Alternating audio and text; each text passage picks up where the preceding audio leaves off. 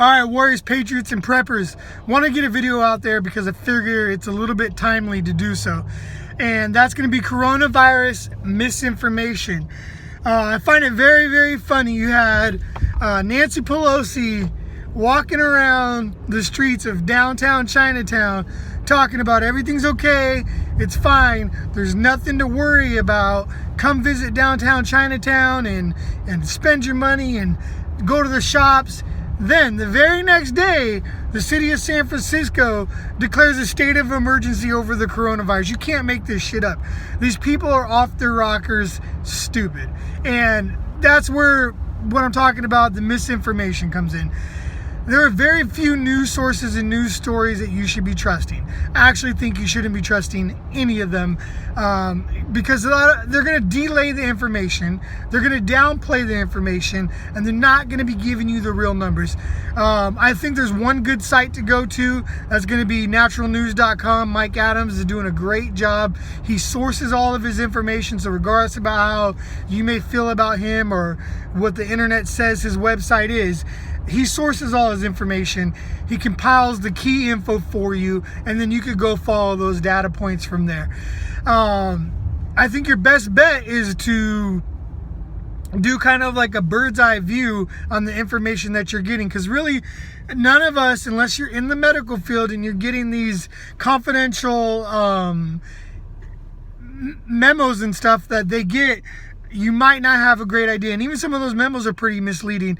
From sources that I have right now, a standard question is for everything, regardless of what they come in for, is trying to screen if they've been out of the country. Now, that isn't necessarily an indicator of whether or not they're going to have the coronavirus, because people may be, out of fear of getting quarantined, lying about that question. On Tucker Carlson, they had one of the reporters at the Dulles Airport, and he specifically said that the screeners there at the airport knew they were getting lied to. So it's misinformation is being given to the health professionals, misinformation is being given to the public from the health professionals. They give you the impression that there's several tests going on. Last numbers I saw, that less than 1,000 people out of 8,000 people being suspected of possibly being carriers of the coronavirus have even been tested. They're just not testing on the level that would lead to the numbers. So there may be more cases out there than are confirmed, because they can only confirm a case if they've actually done the test. So the numbers you're seeing are deceiving, and they're not necessarily what is really out there. So you got to kind of, like I said, do a bird's eye view of what's going on. And I would take what you have seen in the Wuhan province as kind of a baseline for what you should prep for. So they're going on, from the best we know, it may be a longer, at least 1 month of being quarantined. For our group members, for our MAG group and everything like that, we recommend at least 3 months of provisions from food and water for every member of your family.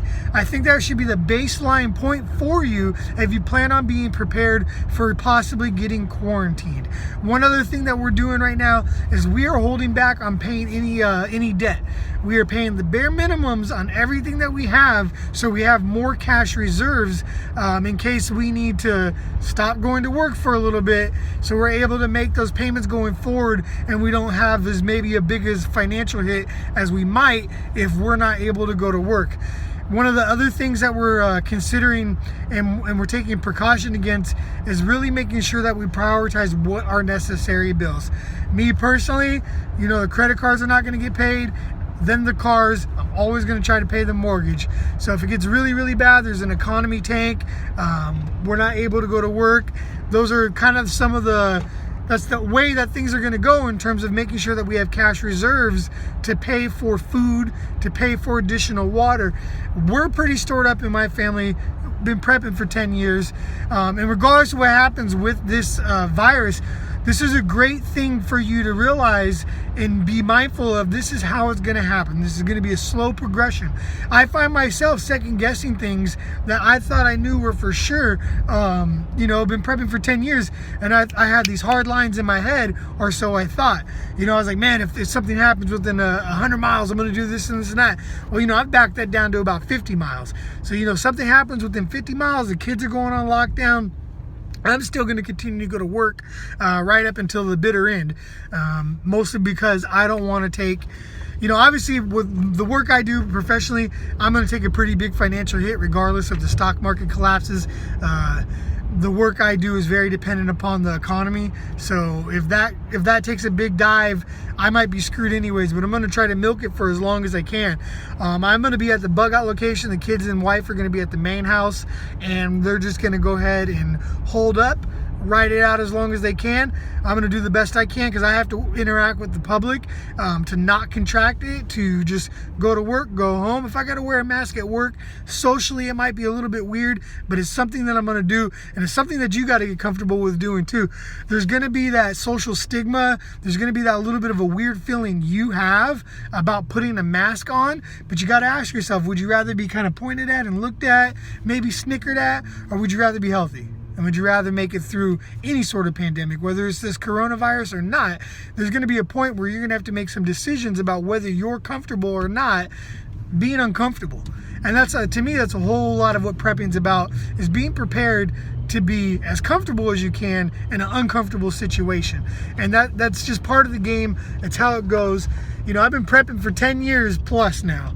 And to actually be kind of in this scenario where, hey, this might be it might be game time, this might be what you've prepared for, is a very, very interesting, very kind of sobering feeling in a way. One, I'm happy that I don't have to go to the store. I can not go to the store and be perfectly fine. I am doing a little bit of panic buying, and it's more or less just because I don't want to get caught later on down the road in case the distribution chain is messed up.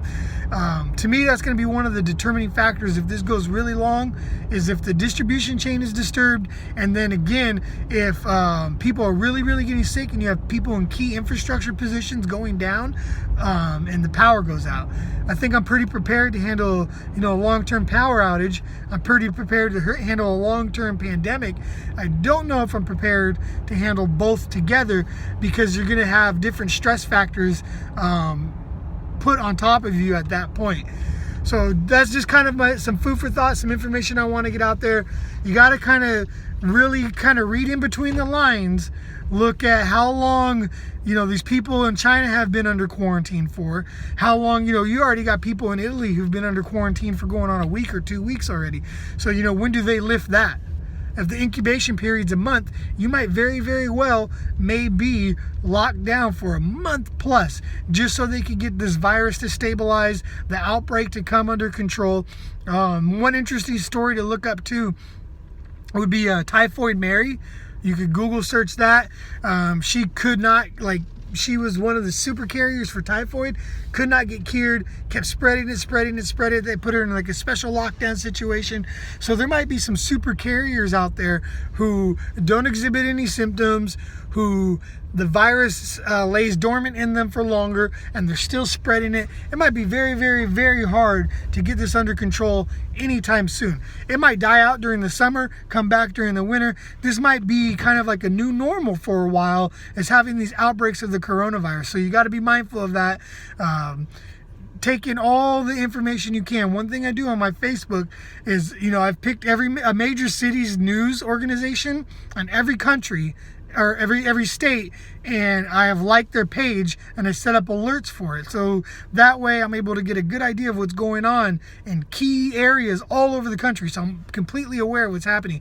A lot of people seem to focus maybe on their local area, and they're not aware of what's going on elsewhere, when it's going to have kind of a trickle-down effect. If it starts breaking out in Boston, it might start breaking out over in New York, and you're not going to be aware of it if you're not following any of the news there. So just keep that in mind. I hope you guys stay safe. This is what you prepared for, so keep that in mind. Have a little bit of confidence in that. Let's go, guys.